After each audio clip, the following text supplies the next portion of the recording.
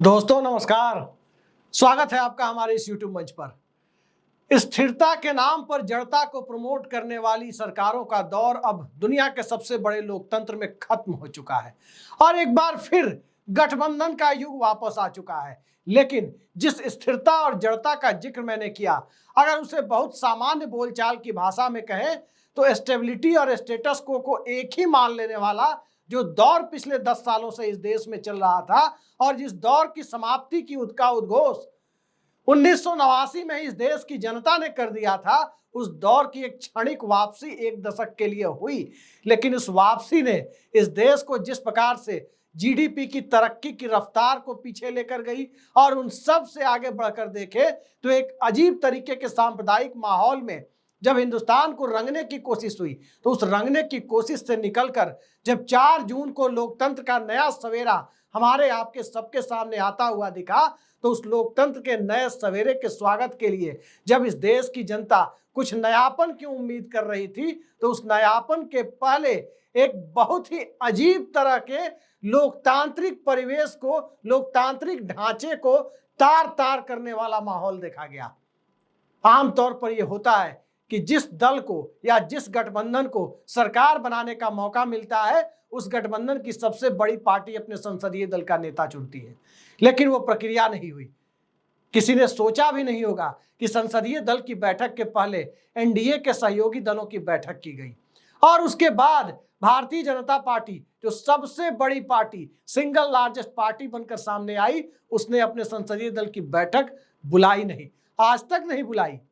उसमें किसी को नेता चुना नहीं, सीधे एनडीए की बैठक बुला ली गई और एनडीए की बैठक में नेता चुनने का पूरा खेल खेला गया, राजनीतिक खेल। और उस राजनीतिक खेल के बाद जिस प्रकार से सरकार का शपथ ग्रहण समारोह हुआ, सरकार काम करने के लिए निकली, लेकिन काम करने के लिए निकलने के पहले इस देश के प्रधानमंत्री नरेंद्र मोदी जो चुनाव में उनकी पार्टी किसी और को इटली भेजने की बात कर रही थी, वो खुद इटली चले गए, वापस भी आ गए। लेकिन उनकी वापसी के बाद अब असली लोकतांत्रिक खेल जो इस देश की संसद में होना है, जिस संसद के लिए जनता ने वोट किया और जिस संसद के अंदर लोकतांत्रिक परिवेश में सरकार को चलाने के लिए एक नई परिपाटी देखने को, यानी एक गठबंधन के दौर और संसदीय व्यवस्था की एक पूरे लोकतांत्रिक ढांचे और उस स्वरूप में वापसी की जो कल्पना इस देश के वोटर की थी, उसको पंख लगाने के लिए जब 24 तारीख से, इसी महीने की 24 जून से संसद का सत्र शुरू होगा, तो सवाल यही उठता है कि जो तैयारी इंडिया गठबंधन की है, क्या उस तैयारी में महज 2 दिन बाद, यानी संसद सत्र के 2 दिन बाद 26 जून से ही सरकार की अग्नि परीक्षा शुरू हो जाएगी। एक ऐसी अग्नि परीक्षा जिसमें 26 जून से लेकर 9 अगस्त तक कभी भी सरकार के गिरने की खबर लोगों तक पहुंच जाए। हालात ऐसे क्या बन गए कि 26 जून से ही सरकार गिरने को लेकर अटकलों का बाजार गर्म हो गया। 26 जून से आखिर हो क्या रहा है कि सरकार अगले 9 अगस्त तक सरकार कटघरे में होगी, कभी भी गिर सकती है। और अगर बच भी गई तो क्या अक्टूबर नवंबर तक बची रहेगी? अक्टूबर नवंबर तक बच भी गई तो क्या सरकार और संसद का शीतकालीन सत्र बुलाने के लिए सरकार तैयार होगी, या सीधे बजट सत्र में जाएगी, या मामला अविश्वास प्रस्ताव तक जाएगा? अक्टूबर नवंबर तक हालात मौजूदा सरकार और मौजूदा पॉलिटिकल सेटअप के लिए और ज्यादा बद से बदतर होने का अनुमान लगाया जा रहा है। पहली बात कि 26 जून से आखिर कौन सी अग्नि परीक्षा नरेंद्र मोदी को देनी है,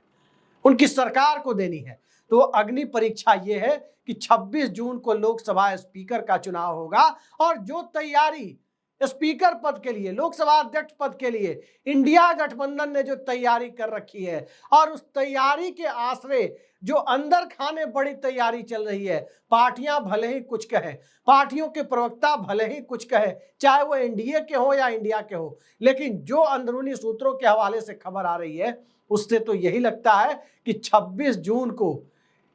यदि अटल बिहारी वाजपेयी की 13 दिन की सरकार जो 1996 में बनी थी, वैसी घटना देखने को मिल जाए, कोई आश्चर्य किसी को नहीं होना चाहिए। लोकसभा अध्यक्ष का चुनाव होना है और इंडिया गठबंधन ये तैयारी कर रहा है कि अगर टीडीपी को, यानी चंद्रबाबू नायडू की पार्टी को स्पीकर का पद नहीं मिला, तो टीडीपी चाहे तो इंडिया गठबंधन के सांसद एक मुश्त वोट देने को तैयार है, टीडीपी अगर कैंडिडेट खड़ा करे तो उनकी पार्टी को। और अगर टीडीपी कैंडिडेट खड़ा नहीं करती है तो इंडिया गठबंधन स्पीकर पद के लिए अपना उम्मीदवार उतार सकता है। इंडिया गठबंधन उम्मीदवार उतारेगा तो क्या यह संख्या बल के सामने टिक पाएगा, यह बड़ा सवाल है। और सबसे बड़ा सवाल यह है कि क्या यह संख्या बल महत्व रखता है स्पीकर के चुनाव में। सबसे पहले एक तथ्य को जान लेना जरूरी हो जाता है कि राष्ट्रपति, उपराष्ट्रपति और लोकसभा अध्यक्ष, उपाध्यक्ष के पद पर आमतौर पर स्पीकर आमतौर पर व्हिप की, पार्टी व्हिप की कोई अनिवार्यता आम होती नहीं है। जो परंपरा है उसके मुताबिक व्हिप की कोई अनिवार्यता नहीं है। कोई भी व्यक्ति किसी को मत दे सकता है। आमतौर पर लोग पार्टी लाइन पर वोट देते हैं, लेकिन पार्टी लाइन पर जब पार्टी के अंदर या जिस किसी भी पार्टी के अंदर पार्टी लाइन के नाम पर मिलिट्री रूल स्थापित करने की कोशिश की जाती है तो पार्टी के अंदर से जो दबी हुई आवाजें हैं और जिन दबी हुई आवाजों को मुखर ना होने देने के लिए पार्टी संसदीय दल की बजाय गठबंधन की बैठक बुला करके ही नेता चुनने की पूरी कवायद की जाती है, क्या वो 26 जून को मुखर हो जाएगी। अंदेशा बहुत कुछ इसी दिशा में जा रहा है। इंडिया गठबंधन की पूरी बिसात स्पीकर के चुनाव में स और मात के खेल को अंतिम चरम स्थिति तक पहुंचाने की, क्लाइमेक्स तक पहुंचाने की तैयारी, ये सब इसी दिशा में दिखाई दे रहे हैं कि चंद्रबाबू नायडू की पार्टी क्या करेगी, जनता दल यूनाइटेड क्या करेगी, भारतीय जनता पार्टी के कुछ असंतुष्ट सांसद क्या करेंगे। वो सांसद जो दिल्ली और नागपुर, गुजरात लॉबी और नागपुर के बीच की रस्साकसी में कहीं ना कहीं नागपुर को पहली प्राथमिकता और गुजरात लॉबी को दूसरी प्राथमिकता या वो भी देने की स्थिति में नहीं है, आखिर 26 जून को वो क्या करेंगे। अगर चुनाव की नौबत आई तो ये सारे खेल का पटाक्षेप सीधे सीधे हो जाएगा कि आखिर संसदीय दल की बैठक नेता चुनने के लिए सबसे बड़ी पार्टी अगर नहीं बुलाई तो उसके पीछे कौन सा डर छिपा हुआ था, कौन सा राजनीतिक डर उसके पीछे था कि वो एक्सपोज होने का खतरा कहां पर था और कहां से विरोध के स्वर उठ सकते थे, जो उस दिन उठने से बचाने के लिए 7 जून को संसदीय दल की बैठक न बुलाकर गठबंधन के दल की बैठक बुलाकर जिस विरोध के स्वर को दबाने की कोशिश की गई, क्या वो 26 जून को संसद में मुखर हो जाएगी अगर चुनाव की नौबत आई तो। ये सवाल सबसे बड़ा सवाल है आज की तारीख में। और यदि उस दिन सरकार येन केन प्रकारेण बच गई, सरकार उस दिन सरवाइव कर गई स्पीकर के चुनाव में, अपना स्पीकर बना लेने में कामयाब भी हो गई, तो फिर 27 तारीख को संसद के संयुक्त सत्र में राष्ट्रपति का अभिभाषण भी होना है। और 9 तारीख को, 9 जुलाई के पहले, 9 जुलाई को जब संसद सत्र खत्म होने की बातें आ रही है, उस दिन संसद सत्र खत्म होने के पहले उनके अभिभाषण पर, राष्ट्रपति के अभिभाषण पर धन्यवाद प्रस्ताव होना है। धन्यवाद प्रस्ताव पर वोटिंग होनी है और उस धन्यवाद प्रस्ताव की वोटिंग में कोई खेल हुआ, वहां भी सरकार हार सकती है, जीत सकती है तो हार भी सकती है। और उससे आगे जाकर देखें,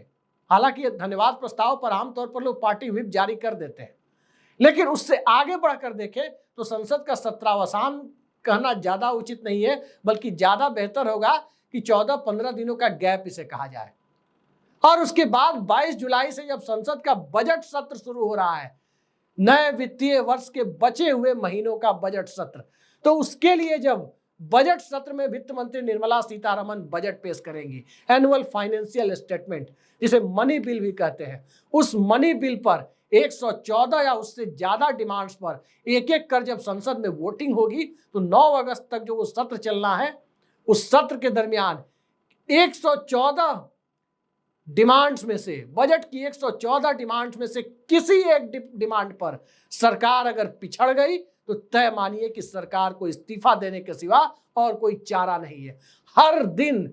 हर बीतता हुआ दिन, संसद के सत्र का हर बीतता हुआ दिन, हर सत्र का हर एक घंटा सरकार के लिए एक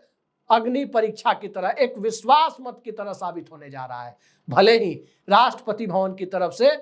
सरकार को फ्लोर टेस्ट लेने के लिए नहीं कहा गया हो, हालांकि जो परंपरा रही है उस परंपरा के हिसाब से सरकार को खुद ही विश्वास मत पेश करना चाहिए था यदि राष्ट्रपति ने नहीं कहा तो। लेकिन सवाल उठता है कि सरकार यदि 9 अगस्त तक भी सरवाइव कर गई तो क्या सरकार की स्थिति वही होगी जो हिंदी भाषी भारत में एक कहावत कही जाती है कि बकरे की अम्मा कब तक खैर मनाएगी। 1 जनवरी बीती, होली बीती, बकरीद बीती, कब तक खैर मनाएगी। उस स्थिति में, उस कहावत वाली स्थिति में क्या यह सरकार आकर खड़ी हो गई है?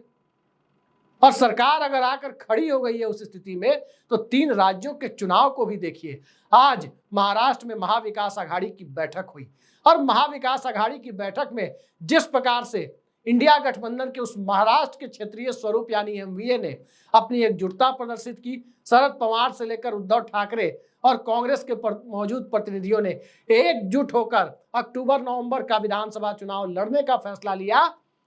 उस एकजुटता के आश्रय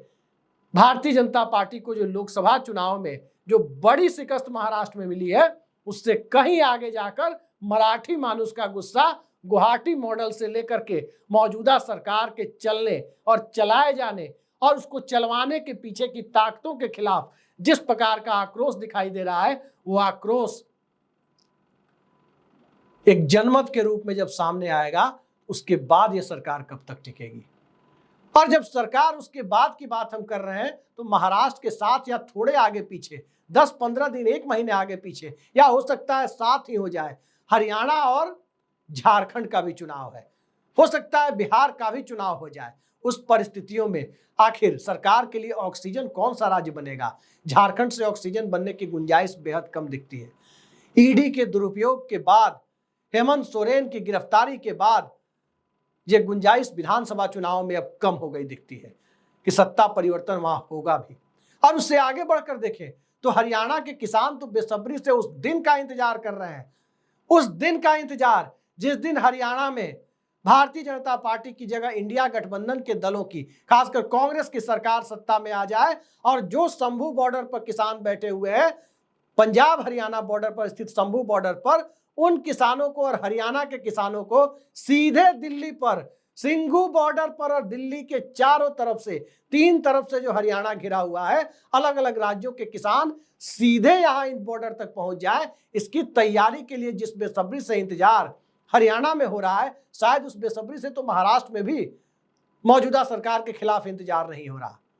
भले ही लोकसभा चुनाव का मुकाबला 5-5 से बराबरी पर छूटा हरियाणा में, लेकिन भारतीय जनता पार्टी का 10-0 यदि आधा हुआ लोकसभा में, तो चर्चा यही है कि हरियाणा भारतीय जनता पार्टी को विधानसभा चुनाव में सत्ता से दूर करने की स्थिति में जा रहा है। लोकसभा में हाफ और विधानसभा में साफ का नारा वहां गूंजता हुआ दिख रहा है। तो इस परिस्थिति में सवाल यह उठता है कि 3 राज्यों के चुनाव के बाद भारतीय जनता पार्टी के अंदर से, नागपुर का कोई इशारा तो नहीं होगा कि अंदर से ही विद्रोह के स्वर उठे। और उन सब से आगे बढ़कर देखें तो जो दल आज खड़े हैं, स्पीकर के चुनाव तक भी यदि किसी तरह से रेस्क्यू करके इस सरकार को ले गए, थैंक्स मोशन पर भी रेस्क्यू करके ले गए, बजट की 114 डिमांड्स पर भी रेस्क्यू करके ले गए, तो क्या इन 3 राज्यों के बाद वो रेस्क्यू करने की स्थिति में होंगे? आज की सबसे बड़ी परिस्थिति यही है कि नरेंद्र मोदी सरकार के लिए हर बीतता हुआ दिन, खासकर पहले संसद सत्र की शुरुआत के दिन से, सांसदों के शपथ ग्रहण के दिन से, हर बीतता हुआ दिन जब एक विश्वास मत की तरह है, तो आप देख सकते हैं कि सत्ता कैसे झुकती हुई दिखाई दे रही है। पहला ट्रेलर पूर्व प्रधानमंत्री देवेगौड़ा के बेटे एचडी कुमारस्वामी, जो नरेंद्र मोदी सरकार के हैवी इंडस्ट्री मिनिस्टर है, उन्होंने दिखाया। साफ साफ कहा कि इतनी बड़ी सब्सिडी कि एक नौकरी के लिए 3.2 करोड़, 3.2 करोड़ रुपए की सब्सिडी गुजरात में लगने वाले एक प्रोजेक्ट के लिए एक अमेरिकी कंपनी को दी जाए। इतनी बड़ी सब्सिडी तो इस देश में कहीं किसी ने, कर्नाटक में भी, बेंगलुरु के आसपास के साइबर फर्म में भी कहीं नहीं दी गई। इस सब्सिडी का खुलासा कि इतनी बड़ी सब्सिडी, 5000 नौकरियों के लिए $2 बिलियन की सब्सिडी, यानी एक नौकरी के लिए औसतन 3.25 करोड़ की सब्सिडी, लगभग 3.25 करोड़ की सब्सिडी। इतना बड़ा सफेद हाथी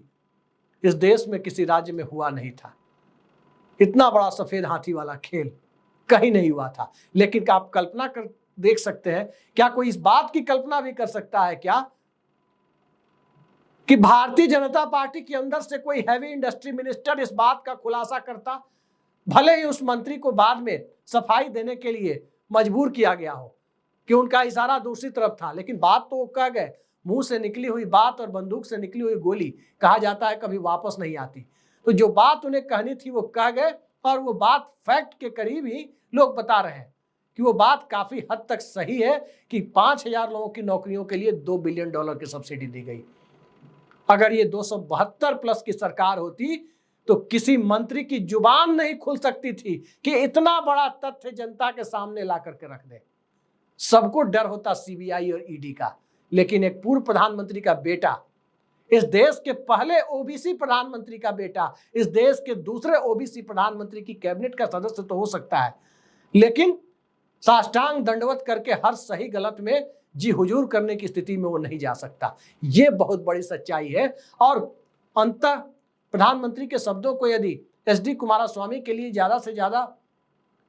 अगर उधार लेकर ही कहा जाए तो यही कहा जाएगा कि प्रधानमंत्री क्या कहते हैं कि ज्यादा से ज्यादा क्या कर लेंगे भाई, फकीर आदमी हूं, झोला लेकर चल पड़ूंगा। तो 2 सांसदों वाली पार्टी झोला लेकर कभी भी जा सकती है। ये स्थिति सरकार में पहले हफ्ते से दिख रही है। पहले हफ्ते से इतना ही नहीं दिख रहा, और भी बहुत कुछ दिख रहा है कि सहयोगी दल अग्निवीर के मुद्दे पर, कुछ तो ओल्ड पेंशन स्कीम के मुद्दे पर संसद में भी तैयारी कर रहे हैं, और कुछ सहयोगी दल तो ऐसे हैं, खासकर इंडिया गठबंधन के साथ मिलकर कुछ तो ऐसे भी दल हैं जो इस देश में ईडी के दुरुपयोग, सीबीआई के कथित दुरुपयोग और इन सब के बीच 2 राजनेताओं की गिरफ्तारी, किसी के ऊपर पीएमएलए लगा देना, इन सारे मामलों को लेकर के जब सब एक साथ संसद के अंदर हंगामा खेज संसद को देखने का इंतजार कर रहे लोगों के लिए एक शानदार अवसर मुहैया करा रहे हैं कि संसद, जिसके बारे में लोहिया ने कहा था, डॉक्टर लोहिया ने,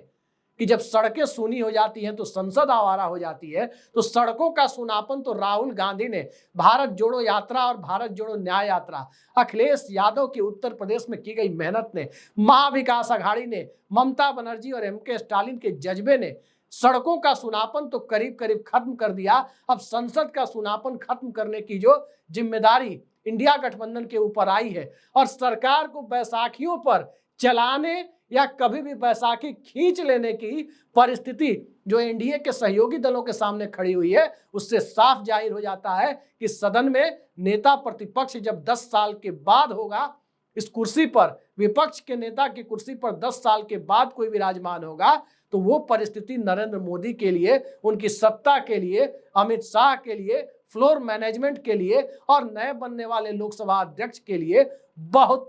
विषम होने जा रही है। और आमतौर पर ये परिस्थितियां विषम होती नहीं है, लेकिन मौजूदा सत्ता के शीर्ष पर बैठे, सत्ता प्रतिष्ठान के शीर्ष पर बैठे हुए लोगों के लिए